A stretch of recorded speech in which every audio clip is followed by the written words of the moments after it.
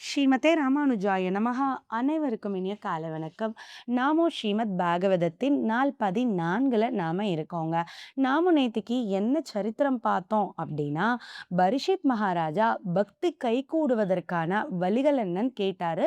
அதுக்கு 3 வழிகள எளிமையா சொல்லிக் குடுத்தாரு சுக மகரிஷி வந்துட்டு. பகவானுடைய கதைகளையும், பெருமைகளையும் காதால கேட்கணும் ஃபர்ஸ்ட்டு. அதுக்கப்புறம் பகவானுடைய நாமங்களையும், அவரது பெருமைகளையும் வாயார பாடணும். அதான் நாம சங்கீர்த்தனம். அடுத்து பக்தர்களோட நாம ஒண்ணு சேரணும். அதுதான் சாது சங்கமம்.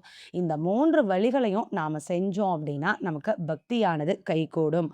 நாம இந்த வழிமுறைகள பின்பற்றப்ப என்ன ஆகும் அப்படின்னா, நம்மளுடைய புலன்கள், உடல், மனது எல்லாமே ஆட்டோமேட்டிக்கா பகவானிடத்துல ஈடுபட ஆரம்பிக்கும். அப்ப பக்தி கைகூடி பகவானுடைய அனுகிரகமானது நமக்கு பரிபூரணமா கிடைக்கும் அப்படின்ற அந்த வழிமுறைகள காமிச்சு கொடுத்தாரு. அதுக்கப்புறம் பரீட்சித் மகாராஜா பகவான்னா யாருன்ற கேள்விய கேட்க போக, இந்த உலகத்த படைத்து, காத்து, அழித்து வழிநடத்துபவரும், தனக்கு இணையானவரோ, தனக்கு மேம்பட்ட தலைவனோ இல்லாமல் இருக்கக்கூடியவர் யாரு அப்படின்னா, அவர்தான் பரபிரம்மம். அந்த பரபிரம்மம் ஸ்ரீமன் நாராயணனே அப்படின்னு பிரம்மா கூறிய அந்த விவரத்தையும் பரீட்சித் மகாராஜாக்கு சொல்லிக் கொடுத்தாரு. அப்போ பிரம்மம் யாருன்னு தெரிஞ்சுகிட்ட பிறகு மறுபடிக்கும் பரீட்சித் மகாராஜா 100 கேள்விகள கேட்டாரு அப்படின்னு பார்த்தோம். அந்த கேள்விகளோட தான் ஸ்கந்தம் 2 முடிவு பெற்றது அப்படின்றதையும் நாம பார்த்தோம் இல்லைங்களா? ஸோ நாம ஸ்டார்ட் பண்ண வேண்டியது ஸ்கந்தம் 3ங்க. வாங்க இன்னைக்குரிய கதை என்ன அப்படின்றத நாம பார்க்க ஆரம்பிக்கலாம். இப்போ பரீட்சித் மகாராஜா 100 கேள்விகள் கேட்டிருக்காரு. இதுக்கு விடை சொல்லணும் சுக மகரிஷி இல்லையா?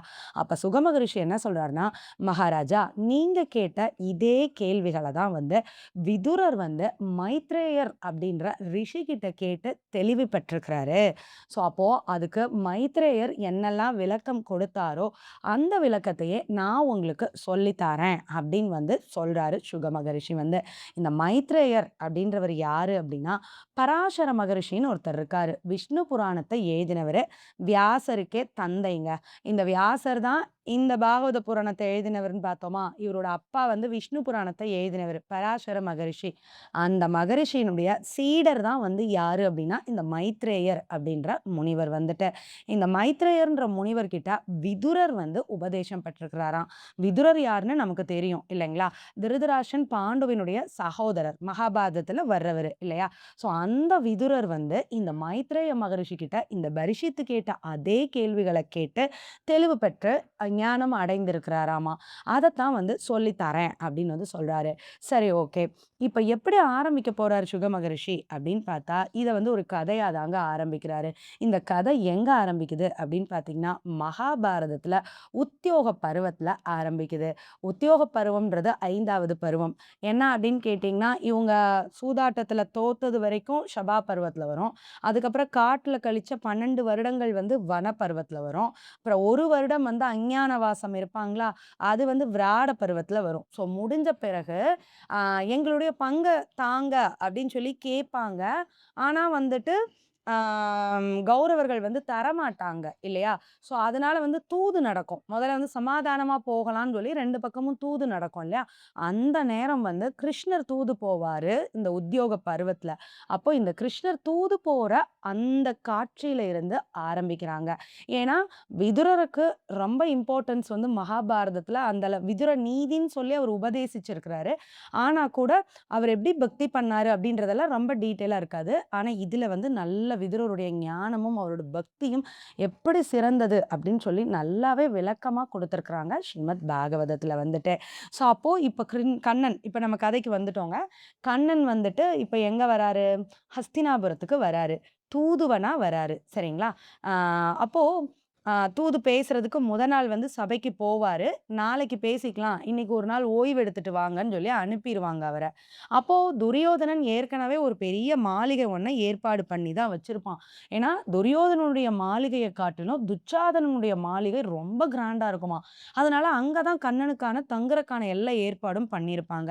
ஆனா கண்ணன் என்ன சொல்லிருவாரு அப்படின்னா, பேச்சுவார்த்தை சுமூகமா முடியாம நான் இங்க கை நனைக்க மாட்டேன். நான் அதனால எனக்கு இருக்கட்டும். நாளைக்கு பேச்சுவார்த்தை பேச்சுவார்த்தை நடக்கட்டும். நல்லபடியா முடிஞ்சா கண்டிப்பா உங்க வீட்ல நான் சாப்பிடுறேன்." அப்படின்னு சொல்லிடுவாரு. சரி அப்ப யார் வீட்ல இன்னைக்கு இரவு பொழுத கழிக்கிறது அப்படின்னு சொல்லிட்டு வெளியில வருவாரு. வந்தா வரிசையா எல்லாரும் நிப்பாங்க. பீஷ்மர் நிப்பாரு. ஆ து இவரு துரோணாச்சாரியார் நிப்பாரு. கர்ணன் நிப்பான். எல்லாரும் வரிசையா நிப்பாங்க. எல்லாரும் வந்து கண்ணன தம் வீட்டுக்கு அழைக்கணுன்ற ஆசை எல்லாத்துக்குமே மனசுக்குள்ள இருக்கும்.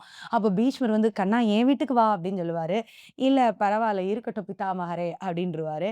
துரோணர் வந்து, "கண்ணா என் வீட்டுக்கு வா" அப்படின்னு கூப்பிடுவாரு. "பரவால்ல ஆச்சாரியரே" அப்படின்னுவாரு. கர்ணனே வந்து கண்ணன கூப்பிடுவானாம். "கண்ணா என்னுடைய வீட்டுக்கு வா" அப்படின்னுவான். "இல்லப்பா நாளைக்கு வந்து பேச்சுவார்த்தை முடியட்டும். கண்டிப்பா உன் வீட்டுக்கு வரேன்" அப்படின்னு சொல்லிடுவாராம். இப்படியே நடந்து இவர் யார் வீட்ல தான் தங்க போறாரு அப்படின்னு பார்த்தா, ஒரு சாதாரண எளிமையான ஒரு வீடாம்.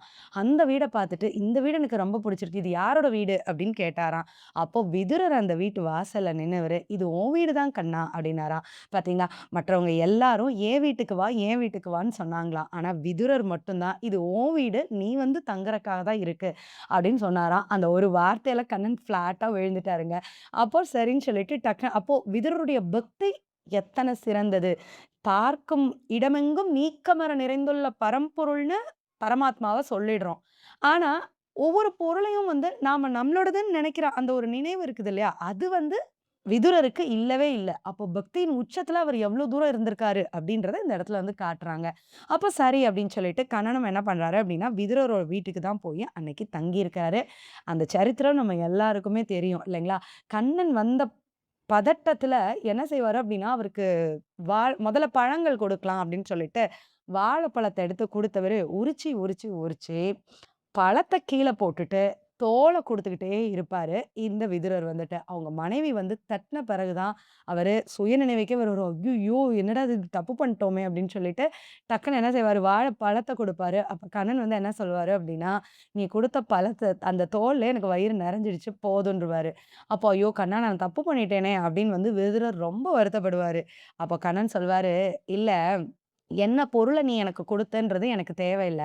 நான் வந்தேன்னொன்னே ஒரு கலக்கம் அடைஞ்ச பாத்தியா? எனக்கு என்ன குடுக்கணும்? எனக்கு சிறப்பானத குடுக்கணும்னு உன் மனசுல ஒரு எண்ணம் வந்ததுல, அதுதான் எனக்கு வேணும் விதுரா. நீ குடுக்குற பழத்திலயோ, தோல்லயோ என் வயிறு நெறைய போறதே கிடையாது. நீ காட்டுற அன்புல தான் என் வயிறு நெறைய போது. அது பரிபூர்ணமா எனக்கு இருக்கு. எனக்கு போதும் அப்படின்னு வந்து கண்ணன் சொல்லிட்டாராம். ஸோ இந்த மாரி ஆனந்தமா விதுரருடைய பக்தியில திளைத்துட்டு இருக்காரு கண்ணன் வந்துட்டு. சரி அடுத்த நாள் காலையில வந்து என்ன அப்படின்னா, போகணும் இல்லைங்களா? அரண்மனைக்கு தூது போகணும்ல. கிளம்பி வேகமா போயிடுறாங்க. அ அப்போ கர்ணன் அங்க போய் பேசுறாரு. இந்த காட்சி நம்ம எல்லாருக்குமே தெரிஞ்ச ஒரு விஷயம் தான் இல்லைங்களா? துரியோதனன் வந்து அதுக்கு சம்மதிக்க மாட்டான். ஒரு குண்டூசி நிலம் கூட தர முடியாது அப்படின்னு வந்து கண்ணன் கிட்ட சொல்லிடுவான்.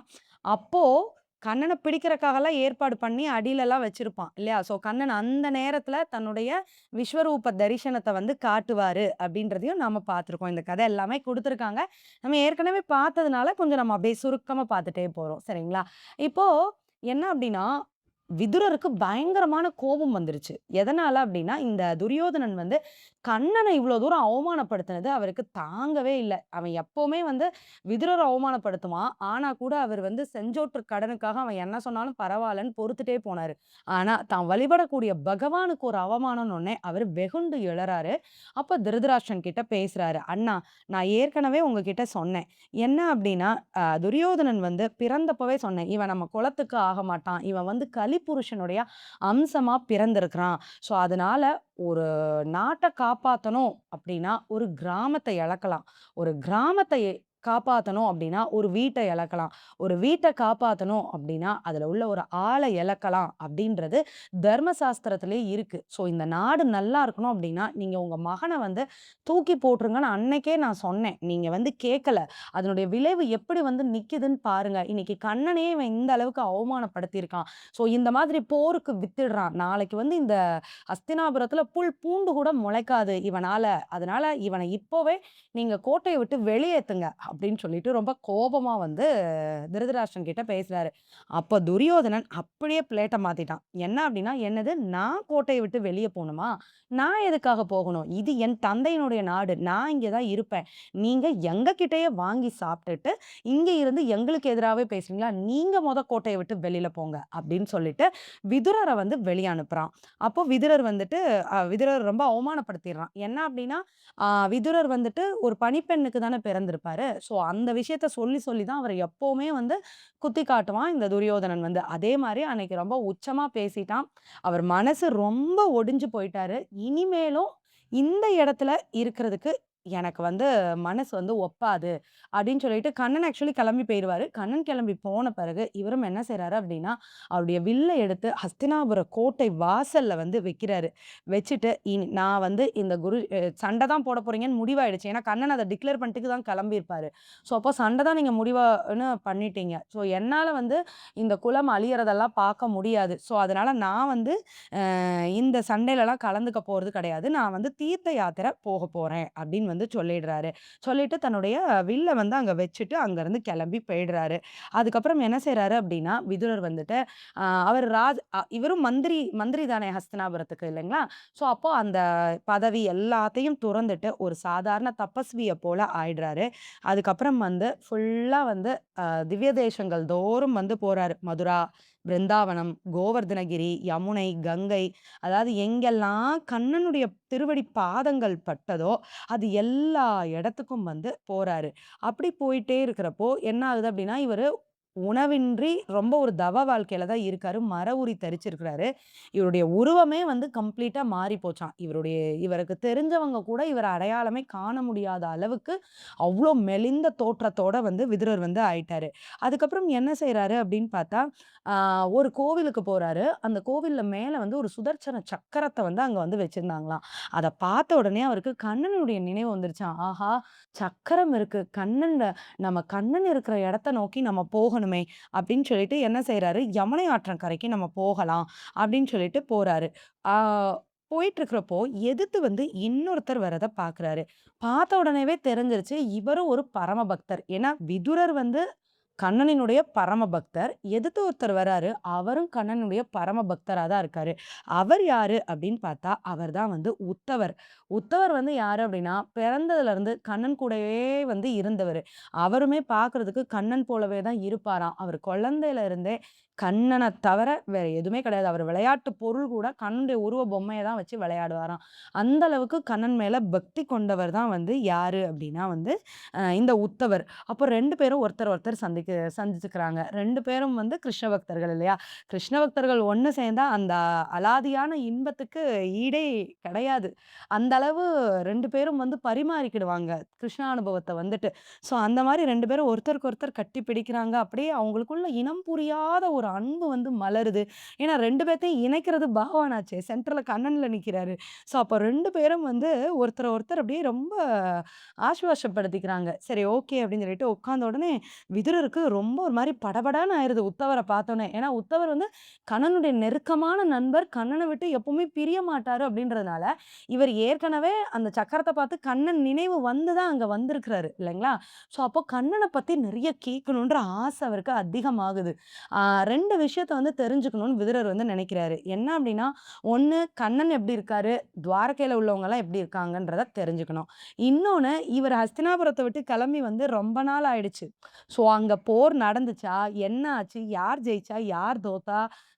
என்ன ஹஸ்தினாபுரத்தினுடைய நிலைமைன்றதே இவருக்கு தெரியாது. ஸோ அப்போ இந்த உத்தவருக்கு தெரியும். ஏன்னா கண்ணன் வந்து சொல்லியிருப்பாரு இல்லையா? ஸோ அப்போ இந்த 2 விஷயத்தையும் நாம இவர்கிட்ட இருந்தே வந்து நாம வந்து கேட்டு தெரிஞ்சுக்கலாம் அப்படின்னு சொல்லிட்டு, என்ன செய்றாரு, கேள்விகள் வந்து வேகமா கேட்க ஆரம்பிக்கிறாரு. முதல்ல என்ன கேட்கிறாரு அப்படின்னா, கிருஷ்ணர பத்தி தான் கேட்கிறாரு. கண்ணன் நல்லா இருக்காரா? பலராமன் நல்லா இருக்காரா? வசுதேவர், தேவகி எல்லாரும் நல்லா இருக்காங்களா? அப்புறம் வந்துட்டு ருக்மிணி, சத்யபாமை, ஜாம்பவதி எல்லாரும் நல்லா இருக்காங்களா? அவங்க பிள்ளைங்க எல்லாம் நல்லா இருக்காங்களா? அப்படின்ட்டு ரொம்ப ஆசையா வந்து கேட்கிறாரு. கண்ணன் எப்படி இருக்காரு? எப்படி இருக்காரு? எப்படி இருக்காரு? அவர பார்க்கணும்னு எனக்கு ரொம்ப ஆர்வமாவும், ஆசையாவும் இருக்கு. நான் அதனால தான் அவர தேடிக்கிட்டு நான் இங்க வந்தேன். அப்படின்னு சொல்லிட்டு கண்ணன பத்தி முதல்ல நலம் விசாரிச்சுட்டு, அதுக்கப்புறம் ஹஸ்தினாபுரத்துல என்ன ஆச்சு? தர்மபுத்திரன் ஜெயிச்சுட்டானா? அரசாட்சியா அமைச்சுட்டானா? அ தம்பிகள் எல்லாம் என்ன செஞ்சுட்டு இருக்காங்க? குந்தி மாதா எப்படி இருக்காங்க? எப்போதும் துயரத்திலேயே இருந்தாங்களே! இப்பவாவது சந்தோஷமா இருக்காங்களா? அப்படின்னு சொல்லிட்டு கேள்வி கணைகளா அடுக்குறாரு. ஆனா உத்தவர் சோகமே உருவெடுத்து உட்கார்ந்திருக்காரு. எதுக்காக உத்தவர் சோகமே உருவெடுத்து உட்கார்ந்திருக்காரு? இந்த விதுரர் கேட்ட கேள்விக்கெல்லாம் இவர் என்ன பதில் சொல்லப் போறாரு? பொறுத்திருந்து பார்ப்போம். பகவான் திருவடிகளுக்கே பல்லாண்டு கூறி அமைகிறேன். ஸ்ரீமதே ராமானுஜாய நமக. நன்றி.